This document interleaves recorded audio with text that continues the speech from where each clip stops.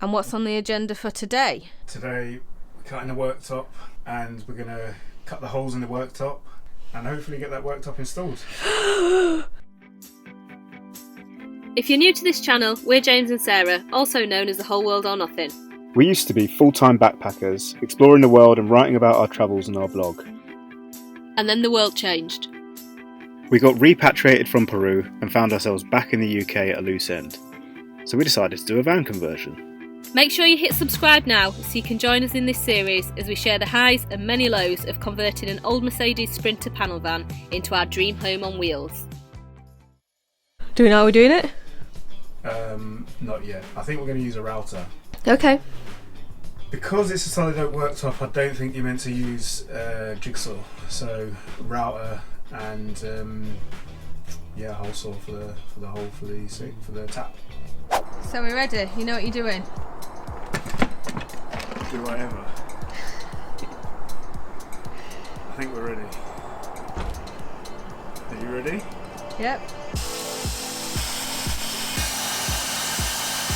And that is alright. It's a pretty neat cut.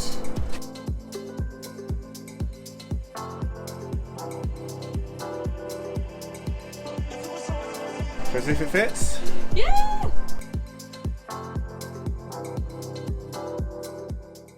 How is it? Ooh, look at that. I think that's pretty spot on. So with these solid oak worktops, you have to leave a gap around the edge for an expansion gap.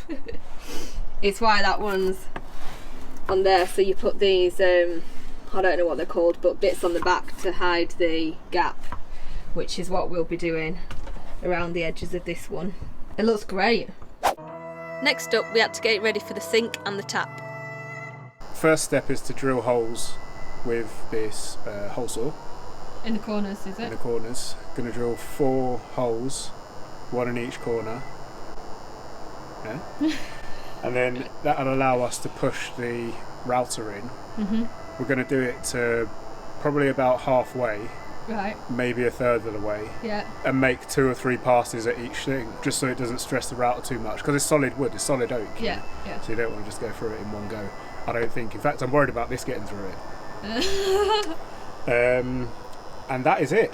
We're just going to do one side at a time, go Okay. from hole to hole, hole to hole, hole to hole, Uh-huh. and then switch it up so that we've got the router going in the right direction every time. Yeah. Because originally I was thinking to make a frame Yeah. and then just go round the frame like that. Yeah. But that means that the router's going in all kinds of different directions. Yeah. And we've done that before where we've put it in a different direction to what it's meant to be and it just veers off. Yeah. So It's better doing it like this, so you better can doing it like this. press on one side. I'm going to keep the guide on the outside Uh-huh. so that even if it veers off towards the inside, which it shouldn't because obviously you press against the guide, Yeah. that means that any damage is going to be to the bit that we're cutting out. Yeah. That's it. Okay. Let's go.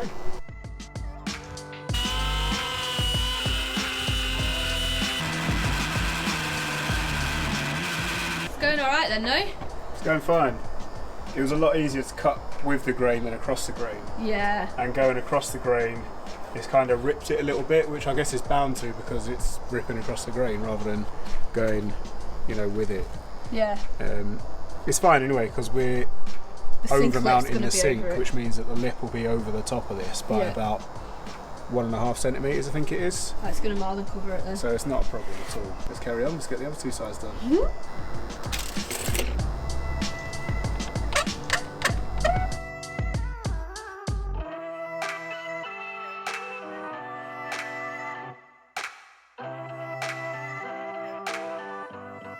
Okay, moment of truth.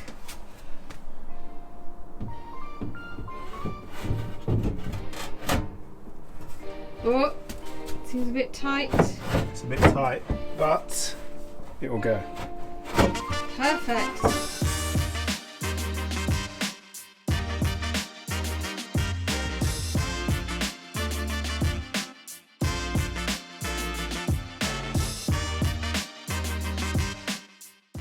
Hopefully that's it then. I think we did a good job of that. It looks great.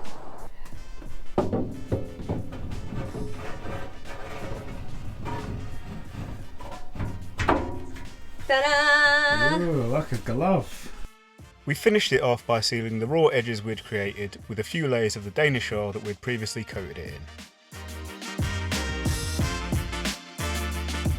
If you're using solid wood worktop, it's worth mentioning that you need to put it on with these, because you need to be able to create an expansion area, which is what these 2 points do here. So like you can see just up there, you've got the 2 screws fastening it into the wood underneath, and then this is the worktop, so that's fastened into there, so the worktop can move this way whenever it needs to expand.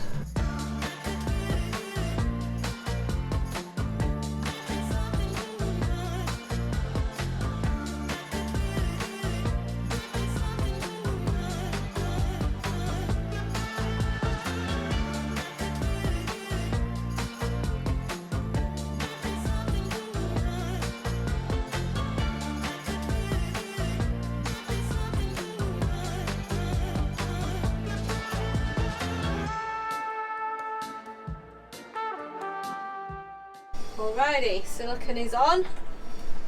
Nice bead all the way around. Time to get the sink stuck in.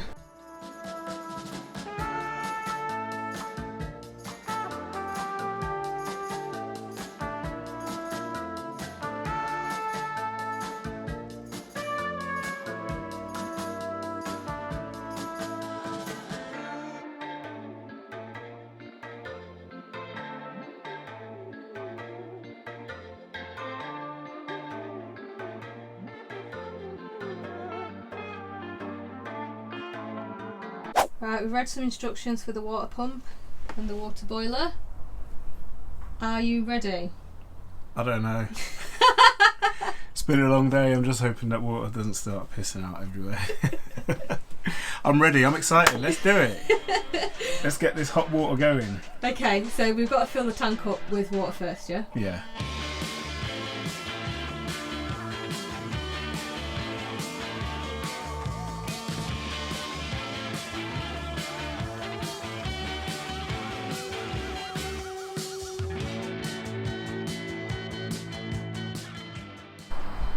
So we just had a little leak coming out from that tap just there, which Jay was a lot more chill about than I was. It was tiny. It was like a very, very slow drip, one drip every 30 seconds or something. So there was no need to go screaming and shouting around the neighbours, was there? What happened? Well, it was the Jubilee clip. I tried to tighten it and it wouldn't tighten anymore, it was just slipping. Right. So I took it off instead and I've actually replaced this one with 2 clips. But as soon as I put the first one on, that drip stopped. Right, so okay. I don't know whether it had tightened up and then slipped or whether it hadn't tightened up enough. Either way, it's got like little teeth? Not teeth, little Slots? grooves where the teeth go into when you screw it up, and a couple of those are like shredded, so it's obviously just slipping back, which will be why it's leaking, but it's not leaking anymore, so all fixed, nothing to worry about. That's the water pump on then. I don't know whether we're meant to hear anything or not at that stage. Maybe not until you turn the tap on inside. Yeah, maybe. Are you ready? I don't know. I'm a little bit nervous.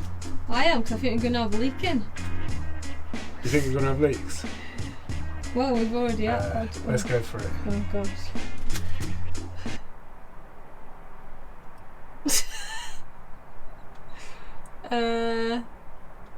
There's no water coming out of there, man. Alright, we've turned the 2 isolation valves the other way that we thought was on, but now they might have been off, so let's see.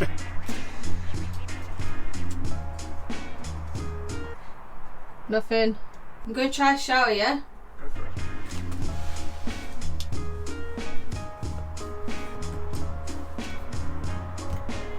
it. No. Anything? No.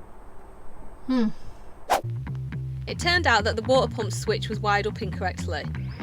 So, after fixing that... Sounds like it's working, sounds a lot healthier than just silence. Okay. We've got water coming out though, so you need to come back here. Coming out where? I don't know, my knees are wet. So can you see where it's coming from, yeah? I can, yeah. It's coming from the isolation valve that goes into the water tank. Right. I've got a feeling that both ends of it are leaking, so I don't know whether it's a fault of the actual valve itself. Right. Potentially, which wouldn't be a great thing, but it's probably positive in that it means that all the other ones are actually working. Anyway, I'm just going to try and get it off. Okay. Open it all up. I've isolated the isolation valve using an isolation valve that I put on. Yeah. And I'm just going to take these connections and just have a look at them all. Okay. So you fixed it? Yes. Not leaking anymore. The connections must have either not been pushed in enough, right, or just become dislodged. Okay. And either's a possibility because it's not one of the connections that I bought. It's a Truma connection. So obviously they're slightly different to the John Guest fittings that we've used. So I might not have pushed it in as far as it needs to go. It might need to go further than the John Guest ones. You see what I mean? But also it might have become dislodged. What is that? I don't know. Sounds like a lot of water. Oh, it's filling the heater. Okay. Must be. Oh, this is so stressful. You just hear water everywhere. You're like, what's going on? Are you sure that nothing's on through there? Let me go have a look. Yeah, we've got a situation in here. It was pissing out of the shower, and it's everywhere. Get a towel. What do you think it was? I don't think the things are tightened up tight enough. Okay. But the thing with John Guest fittings is that apparently, well, from what I've read, you're meant to hand tighten them, and that's meant to be enough. Right. And I hand tightened them. Doesn't seem like it was enough, so I've just tightened them with the adjustable spanner, and they've notched up a few more notches. So we'll have to just see. Okay. I'm going to do the same with this in here. If I can get it off. And it said on the instructions not to use Teflon tape on here, but I'm wondering whether to put some on or whether to just give it another go, tighten them up a little bit more this time if possible. I'm stuck in two minds. I mean, if those are on the other side and this is the problem now, it's not much of a problem because it's coming into a watertight room. Yeah. But we're just going to have to give it a go. Alright, so I'm turning this on, Jay. Yep.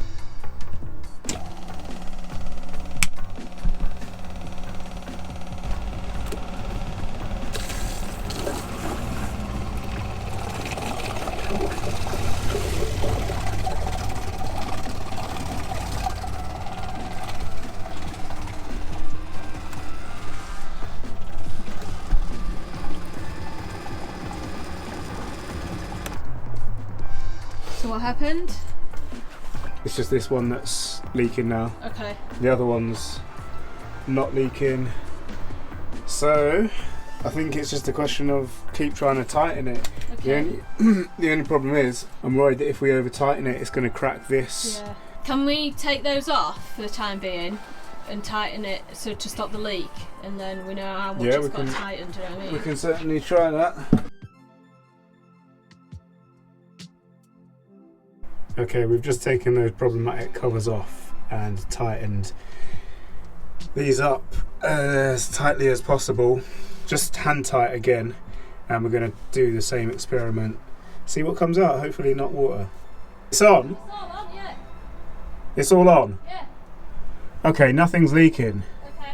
That means that the problem is this cover that's not allowing it to get tight enough. Or maybe it's just that it's not tight enough. Okay. So we'll try again with the covers back on, and then we'll see where we are.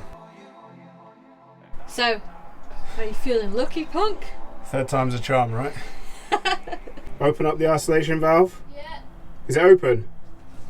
It is now. Come on You then, ready? let's see. Whoa! That bad boy. Yeah, boy. You can pause it like that, did you know that? No. And that changes the flow. Hey, that's nice. We had one more minor leak, just for good measure, but a quick tighten of the connections between the pump and the accumulator sorted it.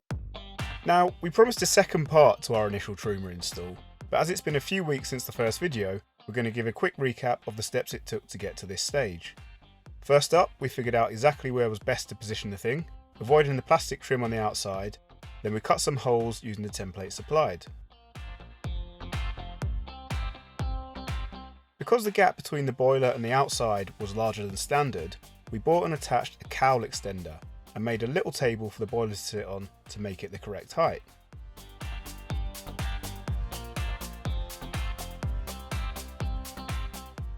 We then stuck and screwed the outer cowl plate and cover onto the side before sealing the whole thing up with waterproof Sikaflex.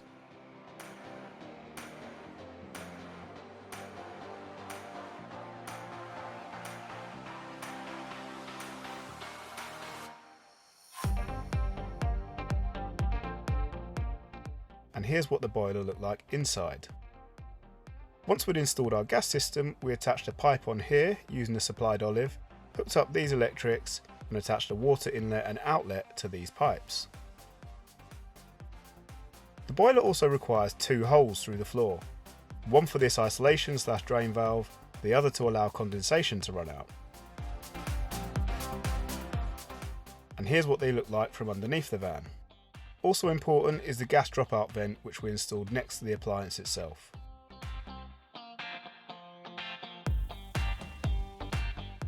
We mounted our controller at the back of the van, which is where this grey cable runs to, while the positive and negative were wired up to the battery in line with the rest of the electrics, and we neatly clipped all the wires to the frame of our bed. After all of this, we were finally ready to hit the button and test it out, but first we had to make sure the boiler was full of water. Okay, so that is set on hot, and that's the water running through the boiler. There's no more air bubbles, it's not spluttering, so I think the water boiler is full of water. I'm just going to take the towel cover off, the boiler cover. Alright, you're going to press go. Are you putting it on 50 degrees or 70 degrees? Let's go 50. Okay. I just heard it come on. Yeah? Yeah. Would you like to explain the ridiculousness of what has just happened now? Okay. This has been an absolute disaster from start to finish, this whole water thing. We were so excited about it, and then everything that could go wrong has gone wrong. Last night, when we were messing around with the water pump and trying to get the cold water working, we've got two switches next to each other. In hindsight, it's probably not the best idea, is it? Probably not. One's for the water pump and the other is for the boiler. And this last night, I tried to turn off the water pump, but I didn't look. I literally just put my hand up like that, flicked a switch that I thought was the water pump, and then when I came out of here and looked at it, it was the boiler that was turned on. So I quickly turned it off, didn't think anything more of it. We went to bed, decided we'd sort out the hot water this morning. It wasn't on for very long either. It was only like a minute or so. Yeah. This morning we've come out, we filled up the tank.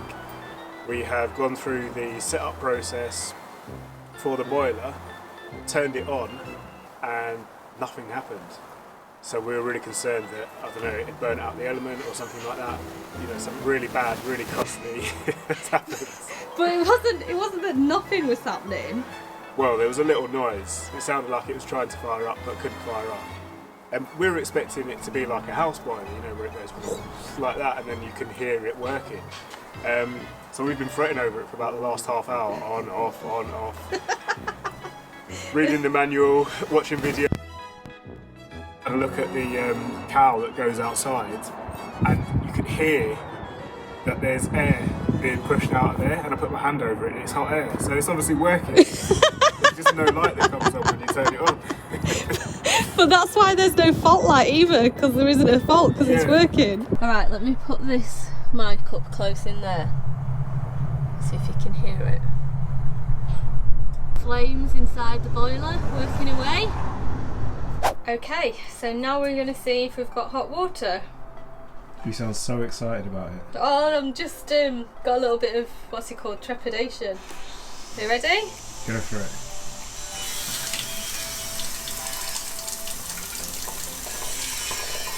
Is the pump on?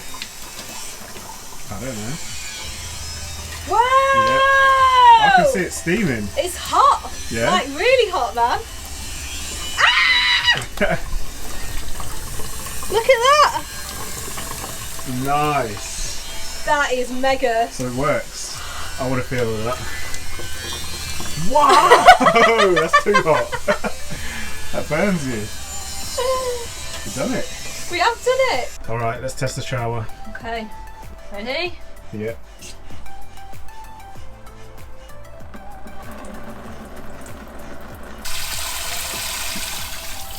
That is a lovely temperature. It's going to be so nice having a shower. Beautiful.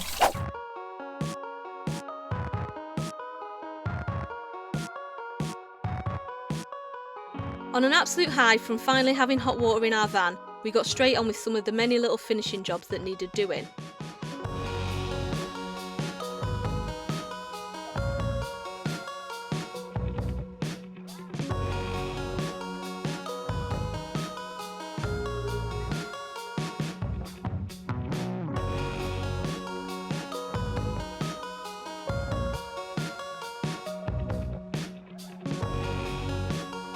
Alright, so doing the final bit of the water tanks, which is wiring up the gauges so that you can tell how full they are, which is obviously pretty important, so we know when we're about to run out of water and also when we need to empty our waste tank. So the controller is under here. Let me show you. Just there, this one's it. So it works so that when you press the button, it comes on and you can just tell by the LEDs what's happening. So that's the waste tank, so when that comes on the waste tank's full, and this one shows how empty the freshwater tank is, with just the yellow, I think it's yellow, or red, orange, yellow, green, whatever, something like that. Coming out of that goes to the battery bank, so there's the positive and the negative that runs down there, and then also coming out of the back of it are two cables. One of them goes to the freshwater tank and just clips into the bit that's on there, so that's just going to run through there and down the back there because the freshwater tank is literally just there, and then the other one has got to go through the floor to the waste tank, so it's not quite long enough, I don't think. I was going to cut it anyway because I didn't want to make a hole in the floor that had to be big enough for these two connectors to go through when it only needs to be wide enough for the cable. So I'm going to create an extension, I think, because it's got to go down there, and onto the floor. So yeah, there's not going to be enough space. So we're going to bring it up just somewhere near this waste pipe here, because that's the end of the water tank is about here, but I'll drill it from underneath the van anyway so that it goes through in the right place. These are the 2 points on the wastewater fill tank that I'm talking about that the electric cable is going to connect to. So basically, as the water rises in here, when it gets to the level that they're out, on the inside it will complete the circuit and then send a signal from there back to the control panel to tell us that the wastewater tank is full. So I'm just going to drill a hole up through the floor somewhere here so we can run that cable through and up into the van. Alright, so there's the hole. I did try to film drilling that, but the camera blew over in the wind, so soz about that. So just got to file the edges now, make sure there's no sharp burrs, and treat it with a bit of hammerite on the raw metal edges, and then we can put the cable in through. And that's where it's come up underneath, just there. So we'll run the cable in up there, through there where the water pipes go, and up through the back of the seat to make the connection. This is the bit that goes into the freshwater tank then, this bit here that's got the probes that go down at different levels in the water tank so that you can tell what level the water is at. So the wire comes out of there, connects into here. I've just to tie this up, I've got these sticky pads with these little plastic things with sticky pads on the bottom. You just put a cable tie through them so that you can stick them to stuff that you can't hammer into. So the cable's just tied neatly onto those, and then it's just going to run up there. I'm just done with pinning it so that it'll go up and over there to join the other cable and over and into the controller. And that's the cable coming up there just through the floor. So we're going to run that out the back of the sink and connect it up to the rest of it. Okay, that's all tidied up and pinned up and ran along the back of the seat, through there, just underneath the bed frame here, and then it goes down and under there and into the controller panel.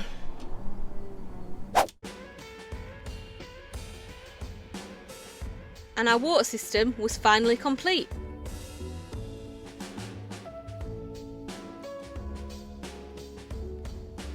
That is it for this week, you bunch of legends. We hope you enjoyed it. If you did, hit that thumbs up button to let us know, and why not join us in the comments for a chinwag too.